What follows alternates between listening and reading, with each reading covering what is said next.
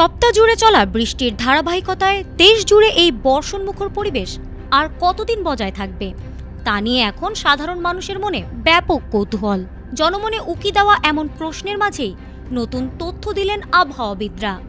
দেশের অন্তত ২০টি জেলার ওপর দিয়ে ঘন্টায় সর্বোচ্চ ৬০ কিলোমিটার বেগে ঝোড়ো হাওয়া সহ বৃষ্টি বা বজ্রবৃষ্টির পূর্বাভাস দিয়েছে আবহাওয়া অধিদপ্তর। শনিবার আবহাওয়া অধিদপ্তরের সর্বশেষ বুলেটিনে এ তথ্য নিশ্চিত করে সংশ্লিষ্ট এলাকার নদীবন্দরগুলোকে ১ নম্বর সতর্ক সংকেত দেখাতে বলা হয়েছে।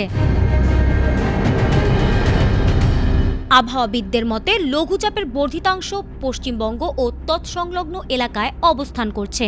এর প্রভাবে উত্তরবঙ্গ থেকে শুরু করে উপকূলীয় অঞ্চল পর্যন্ত অস্থায়ীভাবে দমকা হাওয়া বয়ে যেতে পারে। পূর্বাভাসে বলা হয়েছে, ঢাকা সহ রংপুর, দিনাজপুর, রাজশাহী, পাবনা, বগুড়া, টাঙ্গাইল, ময়মনসিংহ, ফরিদপুর, মাদারীপুর, যশোর, কুষ্টিয়া, খুলনা, বরিশাল, পটুয়াখালী, নোয়াখালী, কুমিল্লা, চট্টগ্রাম, কক্সবাজার এবং সিলেট অঞ্চলের ওপর দিয়ে পশ্চিম বা উত্তর পশ্চিম দিক থেকে ঘন্টায় ৪৫ থেকে ৬০ কিলোমিটার বেগে বৃষ্টি অথবা বজ্রবৃষ্টি সহ অস্থায়ীভাবে ঝোড়ো হাওয়া বয়ে যেতে পারে। এদিকে নদীবন্দরের সতর্ক সংকেত জারির পাশাপাশি সমুদ্র উপকূলীয় এলাকাগুলোতেও বৈরী আবহাওয়ার প্রভাব পড়তে পারে। উত্তর বঙ্গোপসাগরে অবস্থানরত মাছ ধরার নৌকা ও ট্রলার সমূহকে সাবধানে চলাচল করতে বলা হয়েছে।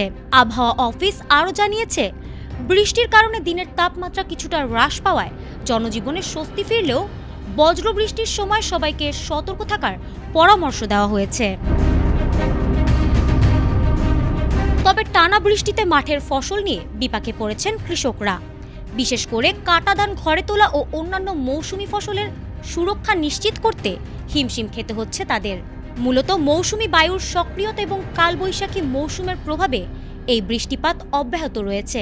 আগামী ২-৩ দিন দেশের বিভিন্ন স্থানে এই প্রবণতা বজায় থাকতে পারে।